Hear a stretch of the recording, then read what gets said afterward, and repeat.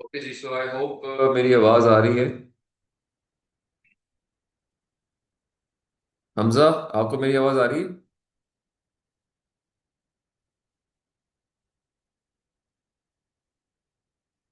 हमजा अली, आवाज आ रही है आपको? आप क्लासेस वगैरह चेक कर रहे हो सारी?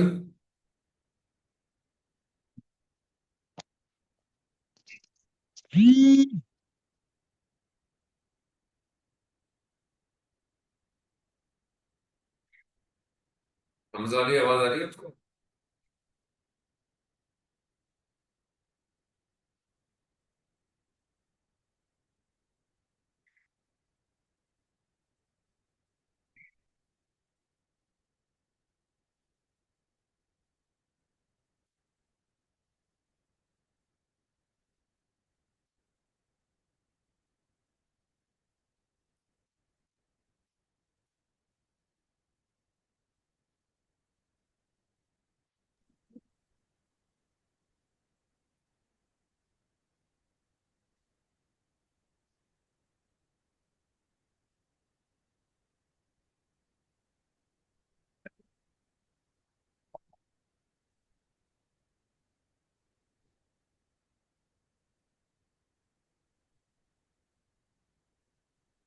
अच्छा जी, चलिए let's start with the continue with the same from we discontinued. Let me share the presentation again.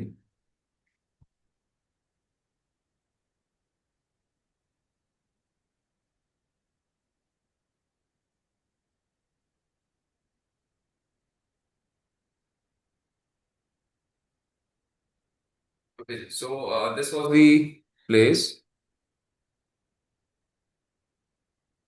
और मैं बात ये कर रहा था कि डाटा को देखना ज़रूरी है। डाटा के अंदर ठीक इंफॉर्मेशन है तो हम उसको लेके प्रोसेस करते हैं, अगर ठीक इंफॉर्मेशन ना हो तो we first correct it. Again we look for the important features. Unnecessary चीज़ें जो है उसको हम फिल्टर आउट कर देते हैं। जैसे मैंने एग्जांपल दी कि इस एग्जांपल के अंदर अगर हम एक एप्लीकेशन बना रहे हैं जो कि लोन के पर्सपेक्टिव से, एक बैंक के आपने पर्सपेक्टिव से देख रहे हैं कि वो एक कोई भी एक शख्स जब वॉक इन करता है, walk in customer, and he और she asks for certain loan to be approved by the bank. So bank क्या क्या चीज़ें देखेगा उस इंसान के अंदर? तो उसके अंदर वो यकीनन उसकी क्वालिफिकेशन देखेगा, यकीनन वो उसकी एज देखेगा, लेकिन वो उसका एम्प्लॉयर नंबर शायद नहीं देखेगा, वो उसके बालों का रंग नहीं देखेगा। तो ये चीज़ें जो है वो आप उस हवाले से अपने डाटा को, जब आपने बनानी है अपनी एप्लीकेशन, तो आपने भी इस पर्सपेक्टिव से अपने डाटा को एक जजमेंट कॉल देनी है। तो एक तो ये चीज़ हो गई। फिर हम ये देखेंगे जी कि डाटा के अंदर जो है वो कोई इन्फॉर्मेशन गलत तो नहीं है, लाइक कोई ऐसे साइंस तो नहीं है जो कि रिक्वायर्ड नहीं है, लाइक परसेंटेज का साइन कहीं डला हुआ है, कोई पीडीएफ का साइन डला हुआ है जो in fact that is the wrong data. So अगर ऐसी कोई चीज़ है जहाँ पे आपको नज़र आता है कि ये फीचर इंपॉर्टेंट है लेकिन इसका डाटा गिवन नहीं है, तो फिर आप जितना डाटा है उसकी एक एवरेज वैल्यू लेके वहाँ पे प्लेस कर सकते हैं to get some meaning out of it. So statistics की कुछ चीज़ें जो हैं वो, या स्टैटिस्टिक्स का जो इंफॉर्मेशन है मैथमेटिकल पर्सपेक्टिव से, वो कुछ इंफॉर्मेशन आप अपनी उन शीट्स के अंदर इनकॉर्पोरेट कर सकते हैं अगर रिक्वायर्ड हो। फिर हम एक और चीज़ भी डाटा के अंदर इनकॉर्पोरेट करते हैं जिसका हम नाम रखते हैं कि हम स्केल करते हैं फीचर वैल्यूज़ को। बहुत बड़ी बड़ी वैल्यूज़ जो होती हैं वो थोड़ा उसको समझना या उसको इनकॉर्पोरेट करना सिस्टम के लिए मुश्किल होता है, तो हम एक लिमिटेड रेंज के अंदर उसको स्केल अप और स्केल डाउन कर सकते हैं। लाइक अगर एक डाटा है जो कि 100 से 900 के दरमियान फैला हुआ है, तो उसको हम 100 को हम मिनिमल वैल्यू डिक्लेयर करके 900 को मैक्सिमम वैल्यू डिक्लेयर करके इन दोनों को 1 से -1 के दरमियान स्केल कर सकते हैं, या 0 से 1 के दरमियान स्केल कर सकते हैं। इस केस में जो हमारे एल्गोरिथम्स होते हैं वो ज़रा उनकी कन्वर्जेंस आसान हो जाती है। जो रेगुलर रेंजेस होती हैं उनके अंदर कन्वर्जेंस या उसको रन करना, उसको एम्प्लॉय इम्प्लीमेंट करना थोड़ा मुश्किल होता है। बट लेटली जो हमारे एल्गोरिथम्स हैं वो स्मार्ट इनफ हैं, जो कंप्यूटेशनल रिसोर्सेज हैं वो भी ज़्यादा अच्छी हो गई हैं, तो अभी बड़ी वैल्यूज़ को भी किया जा सकता है। बट स्टिल पीपल ट्राई के फीचर वैल्यूज़ को स्केल अप या स्केल डाउन करें। Now this is one way of scaling the features को हम नाम देते हैं जी स्केलिंग का, या जी स्कोर, ये एक तरीका हो सकता है। जिसका फॉर्मूला ये है कि आप जो आपकी एक्चुअल वैल्यू है वो लें, और जो पूरा डाटा उस वैल्यू पे जो उसका मीन है उसे सब्ट्रैक्ट करके स्टैंडर्ड डिवीजन से डिवाइड कर दें। लाइक एग्जांपल दी हुई है कि अगर आपका डाटे का मीन जो है वो 100 है, स्टैंडर्ड डेविएशन जो है वो 20 है, जबकि ओरिजिनल डाटा वैल्यू 130 है। तो जो स्केल्ड वैल्यू होगी वो 130 माइनस 100 डिवाइड बाई 20, 1.5 बन जाएगी, जो कि रीजनेबल नंबर है जिसको हैंडल करना आसान है बनस्बत 130 के। So this is called scaled value या Z scaling या Z scoring of a particular number.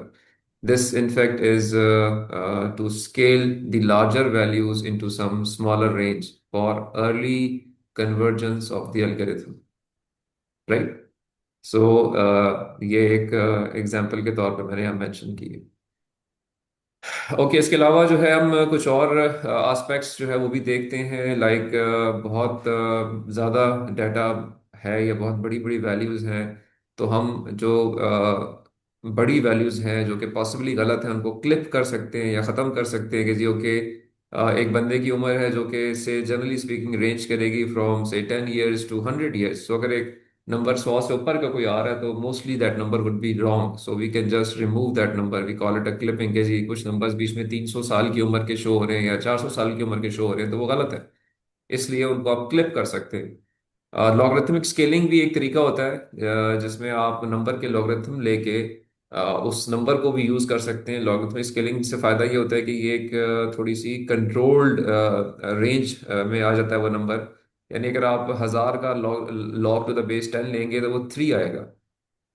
इस तरह से 100 का लेंगे तो वो 2 आएगा, क्योंकि ये 10 की पावर के फॉर्म में शो करता है, तो वो नंबर थोड़ा छोटे हो जाएंगे तो उनको हैंडल करना आसान हो जाएगा। इसलिए लॉगरिथमिक स्केलिंग का फंक्शन भी हम यूज करते हैं समटाइम्स किसी जगह के ऊपर।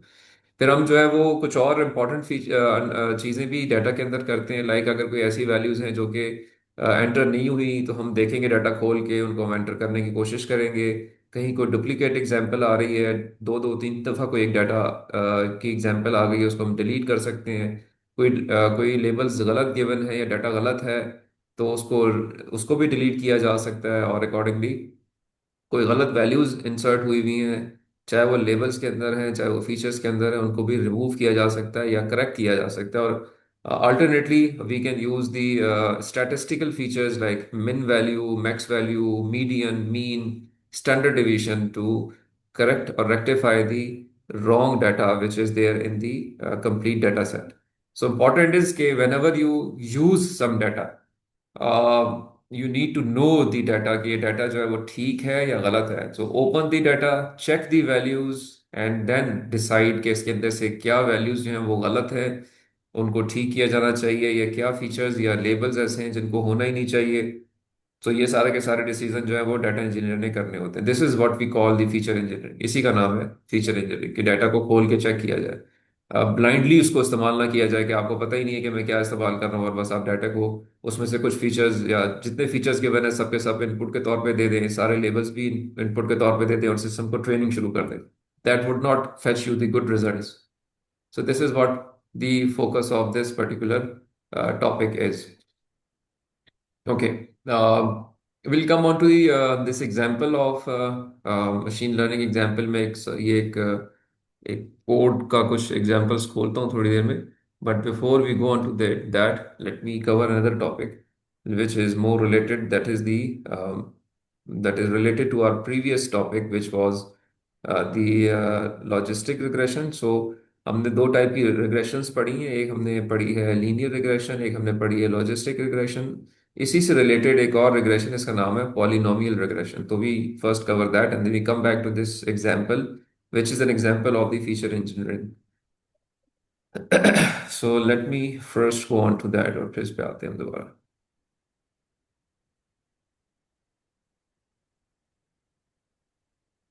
ओके जी। So before we move on to the polynomial regression, अभी जो मैंने चीजें फीचर इंजीनियरिंग के परस्पेक्टिव से बताई हैं, इसमें कोई सवाल है तो वो पूछें।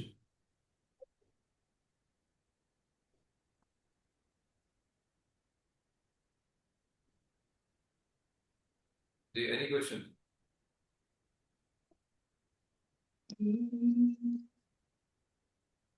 जी, सारा कुछ कह रही हैं? नहीं सर, क्लियर है। Okay, good. मंतहा?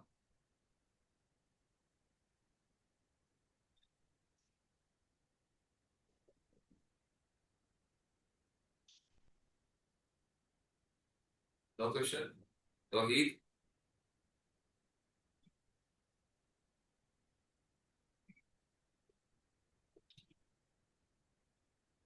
जी अब्दुल वली खान।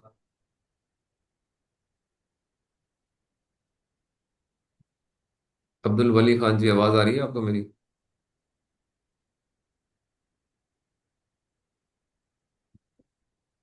सर अब आ रही है, पहले नहीं आ रही थी आवाज। आप अपने अगर सिस्टम्स को देख लिया करें, क्योंकि अगर सिर्फ आपको आवाज़ नहीं आ रही, दैट मीन्स के there is some issue with your own personal systems, क्योंकि बाकी इधर rest of the people can listen to me. जी तौहीद, आपको आवाज़ आ रही है?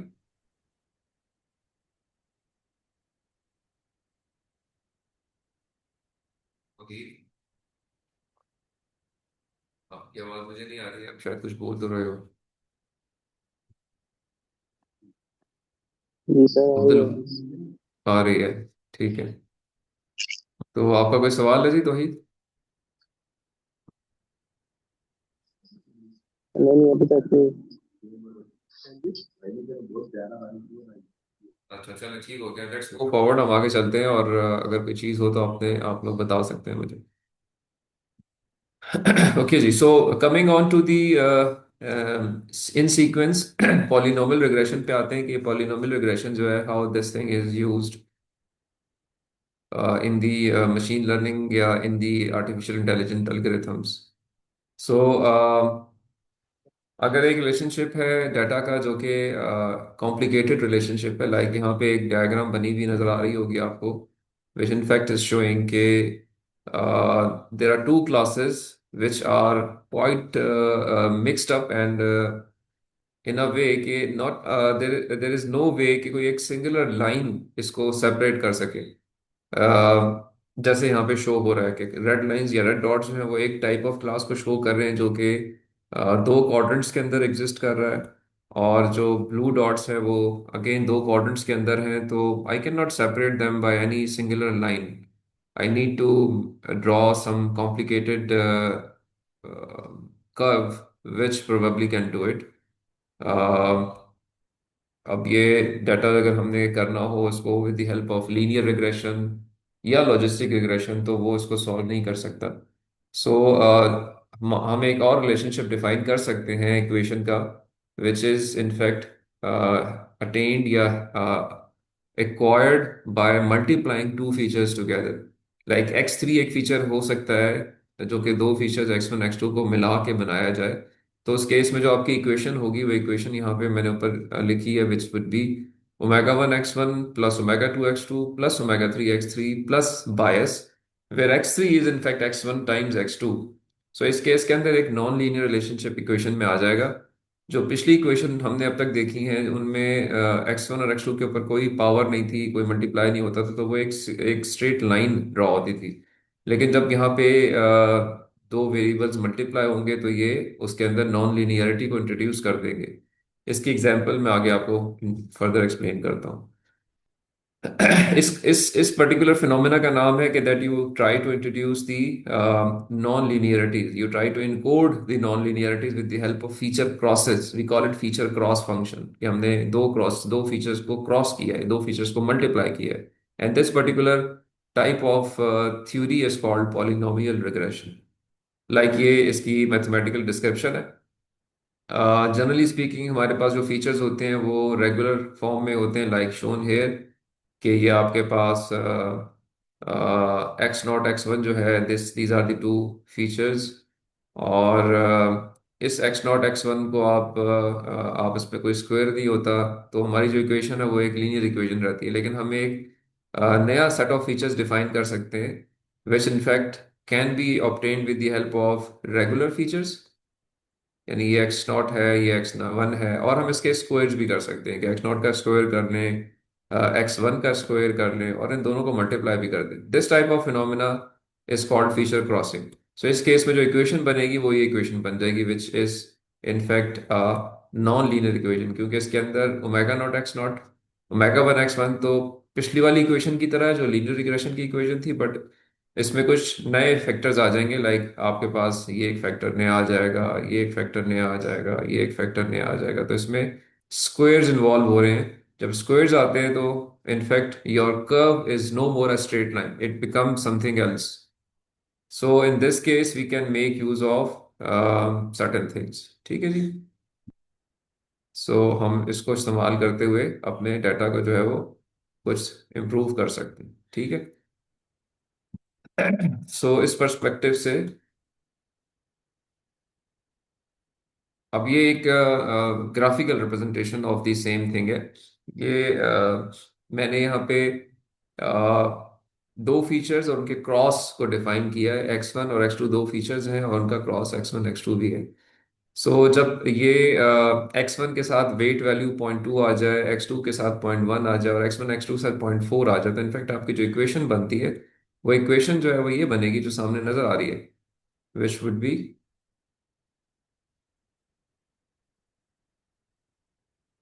This equation.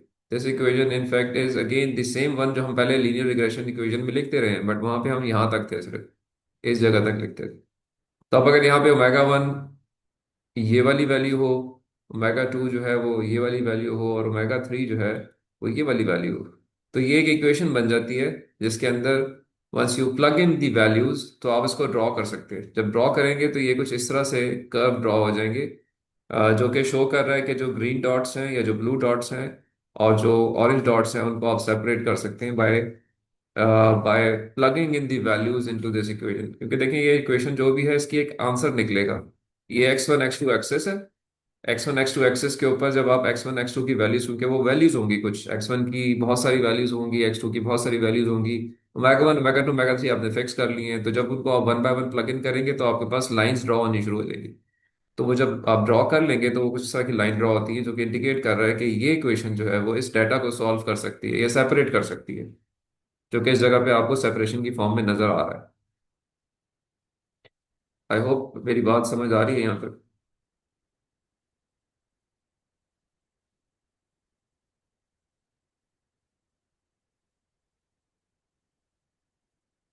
जी, समझ आई बात की, ये जो भी यहाँ तक मैंने बात की है।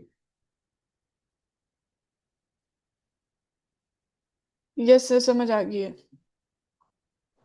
यस सर, आ रही है, आ रही है।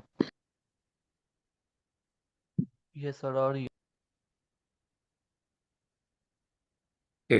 तो इनफैक्ट इस इक्वेशन को प्लॉट किया जा सकता है तो वो कुछ इस तरह से नजर आएगी, जो कि इस जगह पे आपको विजिबल है। Let me change the colour as well. ठीक है। इसको मैं, ठीक है, तो ये देखें, ये जो लाइन बन रही है यहाँ पे, ये कुछ, ये वो लाइन है जो कि इस जगह पे यूं ड्रॉ हो रही है और ये ड्रॉ हो रही है। ये दो पैराबोला टाइप कंस्ट्रक्शंस बन रही हैं जो कि इस इक्वेशन से, इस इक्वेशन को आप सॉल्व कर रहे हैं, इसमें ओमेगा 1 ओमेगा 2 ओमेगा 3 को फिक्स कर दिया है। So this can be done with the help of this feature cross. ये कर्व्स क्यों बने? क्योंकि आपने ये दो फीचर्स को जो यहाँ पे क्रॉस किया है। दैट इज द रीजन के it has been possible to obtain it. Otherwise ये शायद ना बन पाते। सो इस परस्पेक्टिव से this particular phenomena is called polynomial regression. Let me erase this.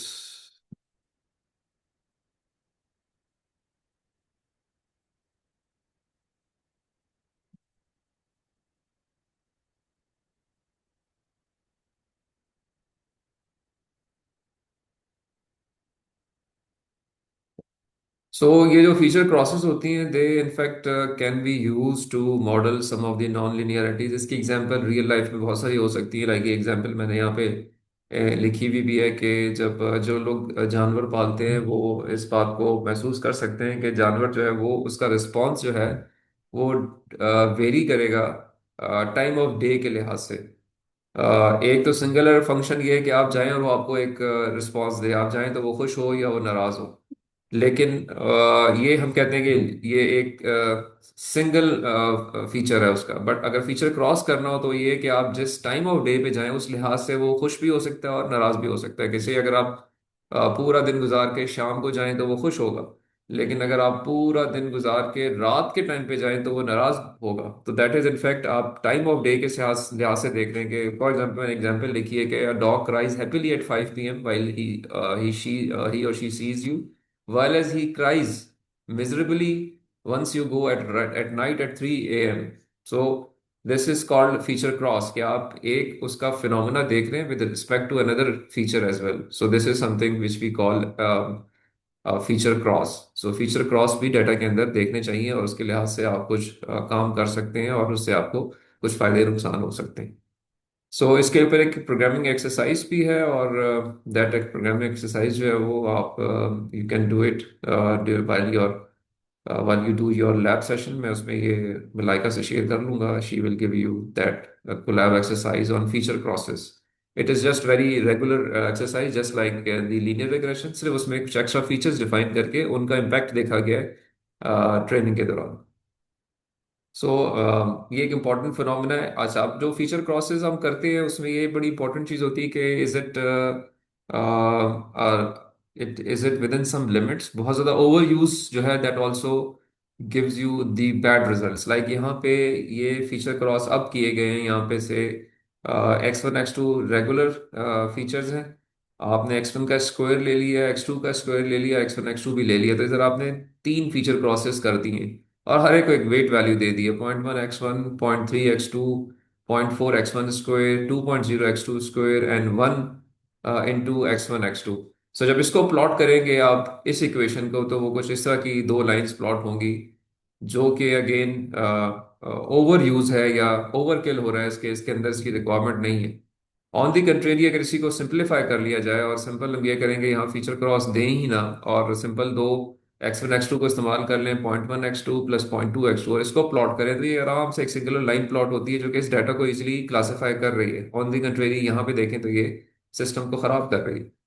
So feature cross बिल्कुल यूज करें, बट देखते हुए कि क्या इसके रिजल्ट्स वाकई मुझे रिक्वायर्ड हैं या नहीं है। So this has to be one has to be cautioned while using the feature crosses.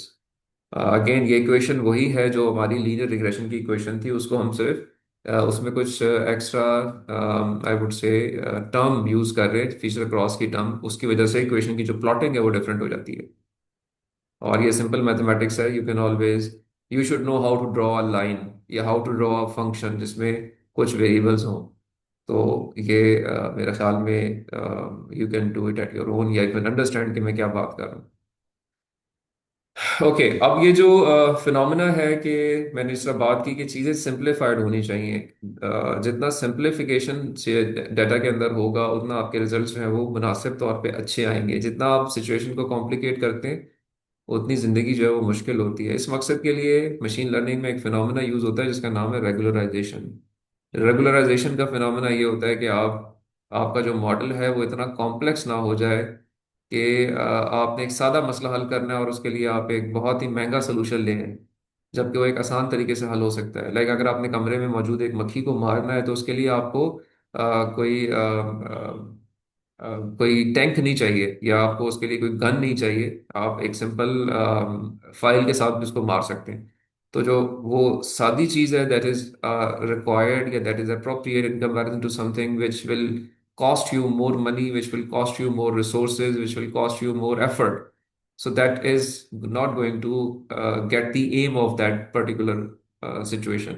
So इस मकसद के लिए एक फिनोमेना जो कि चेक किया जाता है on to the data scientist solutions by the third party evaluator, या कहें जो क्वालिटी इंस्पेक्टर्स होते हैं, उसको हम नाम देते हैं रेगुलराइजेशन का। और इसमें दो किस्म की रेगुलराइजेशन चेक की जाती है, एक का नाम L1 रेगुलराइजेशन, एक का नाम L2 रेगुलराइजेशन है। इस पर हम बात करेंगे। But before we go on to that, एक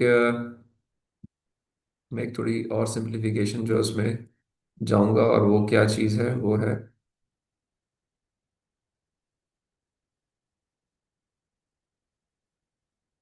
हम बात कर सकते हैं, चलें।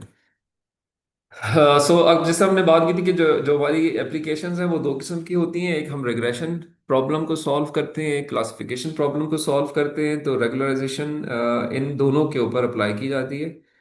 लाइक इस केस के अंदर में आप देख रहे हैं कि जी जो रिग्रेशन है उसने एक कर्व को फॉलो करना है और अप्रोक्सीमेट कर्व फॉलो किया जाता है। सर क्लासिफिकेशन के अंदर भी कुछ चीज़ें गलत भी हो सकती हैं, कुछ ठीक भी हो सकती हैं। बहुत एक्यूरेट क्लासिफिकेशन जो है that is not requirement of machine learning solution. ये वाला सोल्यूशन इज नॉट रिक्वायर्ड कि आप एग्जैक्टली ट्रैक को फॉलो करें या एग्जैक्टली क्लासिफिकेशन बाउंड्रीज बनाएं और बिल्कुल 100% रिजल्ट देने की कोशिश करें। This is called over training, या इसको हम नाम देते हैं ओवर फिटिंग का, कि आप जो है ना डाटा की नॉइस को भी मॉडल करने की कोशिश कर रहे हो। So what we try to keep our things very simple. So if you have lots of hidden nodes, you may find that the network discovers the function which is the dotted lines. यानी आप बहुत ज़्यादा अपनी machine learning algorithm को complicate कर रहे हैं। In these figures, the networks has not only learned the function, but it has also learned the noise present in data. Uh, when the uh, when the system has learned the noise, we say it has overtrained. The reason for this name is that as a net trains, it first learns the rough structure of the data, and if it continues to learn, it will pick up the details, which is the noise. So that is not required. We call it overtraining. So this overtraining, overfitting is perilous. Perilous means it is evil. It is not required. ये एक data है, इसमें आपके पास हर dot जो है वो से एक स्टोर के अंदर कुछ अच्छे या बुरे पार्ट्स को शो कर रहा है। The blue dots are the sick items और unserviceable items, orange dots are the healthy items, serviceable items. तो उनके फीचर्स मिक्स टाइप के हो सकते हैं। बाज़ अवत कोई ऐसी चीज़ स्टोर में पड़ी हो सकती है जो कि पार्शली ठीक भी हो, तो वो प्लॉटिंग में कहीं किसी ठीक पार्ट के आसपास भी नजर आएगी आपको। So but still that is a bad part. So अगर एक इस तरह का फीचर बेस्ड डाटा है जिसके अंदर चीज़ें थोड़ी मिक्स हो रही हैं, तो एक हम मशीन लर्निंग मॉडल या कोई एक मैथमेटिकल इक्वेशन डिफाइन कर सकते हैं जो कि इन दोनों को सेपरेट करे। सो अगर ऐसी एक मैं आपसे कहूँ कि जी आप अपने लिहाज से सोचेंगे इस डाटा के ऊपर, क्या पर्टिकुलर कर्व इनको सेपरेट कर सकता है। तो पीपल फ्रॉम यू, आप कोई इसमें कुछ सोचेगा, कोई कुछ सोचेगा। हो सकता है कि एक बंदा इस तरह का एक मॉडल बनाए कि जी ये मैं एग्जैक्टली जो है ना सेपरेट करूं जो ऑरेंज डॉट्स हैं from the blue dots, and say this is a machine learning model which achieve this type of results. So it is at the onset it is creating a very low loss.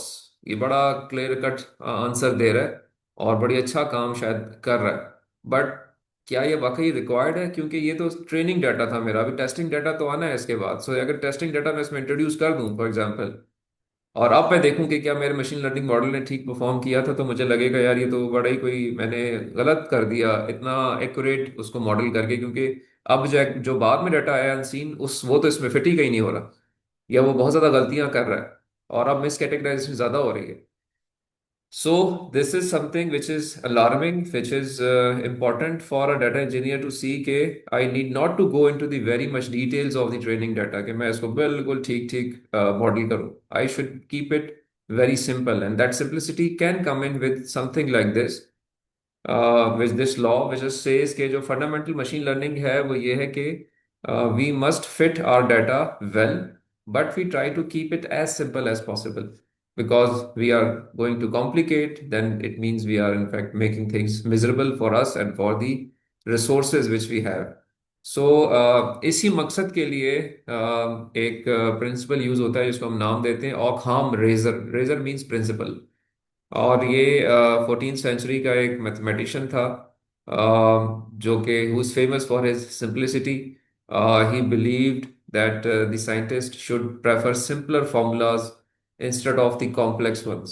So based on his principles, machine learning has adopted a term which is called Occam razor, and Occam razor जो है वो it says that the less complex a machine learning model is, it is more likely that a good empirical result is not just due to the peculiarities of the sample. ये कह रहा है उर्दू में, इसका अगर मैं तर्जुमा करूं तो यही कहना चाह रहा है कि अगर आपने अपने मशीन लर्निंग मॉडल को सादा रखा तो ये ज़्यादा चांसेस हैं कि वो जो एक ख़ास सैंपल आपने उस वक्त लिया था जिसके तहत आपने मॉडल किया था, सिर्फ वो उस सैंपल की कुछ खासियतों की वजह से आप अच्छा परफॉर्म नहीं करेंगे, बल्कि आप ब्रॉडली स्पीकिंग हर किस्म के डाटा के ऊपर ठीक परफॉर्म करेंगे। This is what he trying to say. So इस पर्सपेक्टिव से ये जो ऑकहम प्रिंसिपल है ये बहुत ज़्यादा यूज होता है स्टैटिस्टिक्स में और कंप्यूटेशनल लर्निंग थ्योरीज के अंदर। और in fact it is giving you it gives you an understanding और a way to generalise to new data. और in fact it is based on two factors, that is once the complexity of the model, कि आपने model की complexity को भी कम रखना है, और still you need to perform well on the training data. So इस पर्सपेक्टिव से जो दो फिनोमेना इनकॉर्पोरेट किए जाते हैं उसको एक को हमने नाम दिया था रेगुलराइजेशन का, जो कि कॉम्प्लेक्सिटी को चेक करता है, और ओवर फिटिंग को अवॉइड करने के लिए हम एक अर्ली स्टॉपिंग का फिनोमेना यूज करते हैं जो कि ट्रेनिंग डाटा के ऊपर इम्प्लाई किया जाता है। So these two things would be studied या would be implemented along with the Occam razor।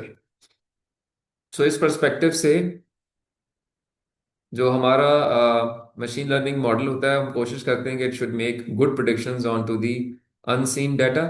So for that purpose जो हम जनरली स्पीकिंग काम करते हैं कि we divide the data set into the two data sets. One is called the training data and second is the test data. That is how we train our models. तो हम 80-20 के ऊपर अपने data को प्लेस करते हैं, या हम जो है वो 70-30 के ऊपर प्लेस करते हैं, जिसमें 30% जो है वो टेस्ट सेट होता है। टेस्ट सेट विजिबल नहीं होता ड्यूरिंग ट्रेनिंग, और अनसीन डाटा होता है। और ट्रेनिंग डाटा जो है उसके ऊपर सिर्फ अपने अपने हम मॉडल को ट्रेन करके कुछ एक मॉडल को कन्वर्ज करा लेते हैं। This is how we generally divide our data sets. Good performance on the test data is a useful indicator of good performance on new data in general। और हम ये अज्यूम करते हैं कि टेस्ट सेट जो है वो काफ़ी है, मुनासिब है, और हम ये नहीं करेंगे कि कोई टेस्ट सेट की एग्जांपल ट्रेनिंग के अंदर यूज़ करें ताकि हमारी एक्चुअल परफॉर्मेंस सामने आए जब टेस्ट डाटा जो कि अनसीन डाटा है वो विजिबल हो। So we try to make the test set with two conditions. It first is that it is enough to yield the statistically meaningful results, means इसका size मुनासिब है, and secondly it is representative of the data set as a whole. In other words, it is not something very different from the training data, but still it is something which could be worked out, या जिसको हमें जो हम कहेंगे it could be a challenging thing to work on. So we keep these things in mind once we decide onto the test data set, and we split our data into two sets of data। So training data आपके पास अगर ये है और ये test data है, तो training data देखें अगर आप, तो that is composed of many examples which is larger in size, and then comes in your test data which is smaller but it is in fact depicting, ये एक तो ये सुटेबल साइज में है, प्लस ये कि ये वही सारी कैरेक्टरिस्टिक शो कर रहा है जो कि ट्रेनिंग डाटा के अंदर थी। सो इस परस्पेक्टिव से this can be a useful segregation और splitting of data. I hope यहाँ तक बात मेरी समझ आई है जो आप लोग क्लास में हैं।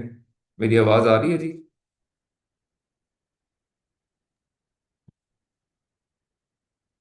जी सारा सही। ये ये सर आ रही है। यस सर आ रही जमाल है। जमालुद्दीन। सर आ रही है सर। ओके जी। जी रिदा खान। जी सर आ रही है। कोई क्वेश्चन किसी का है तो आप पूछ सकते हैं जी, anything, because to keep your self involve it's good कि you should ask certain things. Azaan कोई सवाल आपका है? No sir. You can ask questions. मैंने अगर आपको शुरू में मना किया तो उसका मतलब ये नहीं कि आप क्वेश्चन पूछना ही छोड़ दें। नहीं नहीं सर कोई बात नहीं, वो समझ आ गई है। हाँ, सिर्फ मेरी रिक्वेस्ट ये है कि क्वेश्चन वो करें जो वाकई क्वेश्चन बनता हो, और सेकेंडली क्वेश्चन को जब समझाया जाए तो गौर से सुने, ना कि बार बार रिपीट करने का कहें। That is also does not fetch something good about your personality. It means you are not focusing जब आपको जवाब दिया जा रहा है। तो गौर से सुने, और एक वक्त या चले दो दफा भी आप पूछते हैं तो सवाल को एक्सप्लेन किया जा सकता है, बट दो से ज्यादा दफा जो है वो इट मीन्स इट शोज कि आपकी फोकस नहीं है। सो वो फोकस इंप्रूवमेंट की जरूरत है। But still you can ask me questions, अगर वो वाकई जेन्युइन क्वेश्चन है तो मोस्ट वेलकम, बिल्कुल पूछिए। हाँ जी, अली शाहजेब, आपका कोई सवाल है? Ali Shahzeb. Yes sir. Hello. जी जी बोले। जी सर, मैं बस सुन रहा हूँ। अच्छा जी, बताइए क्या मतलब, मैंने भी क्या बताया, ट्रेनिंग डाटा और टेस्ट डाटा क्या होता है?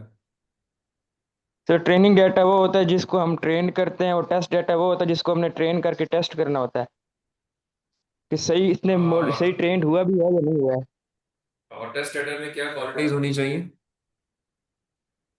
सर, टेस्ट डाटा में एरर नहीं होना चाहिए, कम से कम एरर होना चाहिए। अभी मैंने एक स्लाइड दिखाई थी, टेस्ट डाटा की कुछ क्वालिटीज बताई थी यहाँ पे। This was the slide. आपने ये यस सुनी थी? सर। मैंने मैंने क्या बातें की यहाँ पे टेस्ट डाटा के बारे में? यस सर, सुनिए। इधर मैंने बताया ना कि क्या क्वालिटी होनी चाहिए टेस्ट डाटा के अंदर। तो वो इसमें तो वो बात नहीं जो आपने की है। इसमें दो चीजें जो मैंने बताई वो ये है कि एक तो ये कि उसको इनफ क्वांटिटी में होना चाहिए। नंबर टू, उसके अंदर वही सेम क्वालिटीज या सेम कैरेक्टरिस्टिक्स होनी चाहिए जो डाटा सेट ट्रेनिंग के वक्त आपने यूज किया वैसी थी, लाइक यहाँ पे जो शो हुआ हुआ है। ये दो क्वालिटीज होनी चाहिए। ठीक या गलत की बात यहाँ पे नहीं हो रही है। ठीक गलत तो शुरू में इंश्योर किया जाता है, जब आप डाटा को ट्रेनिंग के वक्त इस्तेमाल करना शुरू करते हैं तो डाटा की फेशियल इंजीनियरिंग उस टाइम पे हो जाती है। वो अब यहाँ पे नहीं यूज होगी दोबारा। मतलब सर, ठीक है। फीचर्स होने चाहिए ना। फीचर्स होने चाहिए और सिमिलर फीचर्स होने चाहिए, यानी आप अगर एक मॉडल आपने ट्रेन किया है औरतों और मर्द की क्लासिफिकेशन पे, तो आप टेस्ट डाटे में मेटल्स का डाटा नहीं डाल सकते, वहां भी औरतें और मर्द ही होने चाहिए। ठीक है सर। ठीक है, रिलेटेड डाटा होना चाहिए, ये बात मैं आपसे कर रहा हूँ यहाँ पे। लेकिन जो दूसरा ओ, सवाल था कि करेक्शन या डाटा का ठीक होना, वो feature engineering prior to training implement किया जाता है। जब आपने मॉडल ट्रेन करना है तो डाटा को उस टाइम पे ही ठीक तरीके पे होना चाहिए, उसके फीचर्स सेलेक्टेड होने चाहिए। वो काम फीचर इंजीनियरिंग का पहले हो चुका होता है, वो यहाँ पे दोबारा नहीं किया जाता। Okay sir, okay sir. Okay so हम हमेशा जब टेस्ट डाटा को यूज करते हैं तो we never train on test data. Test data is always unseen.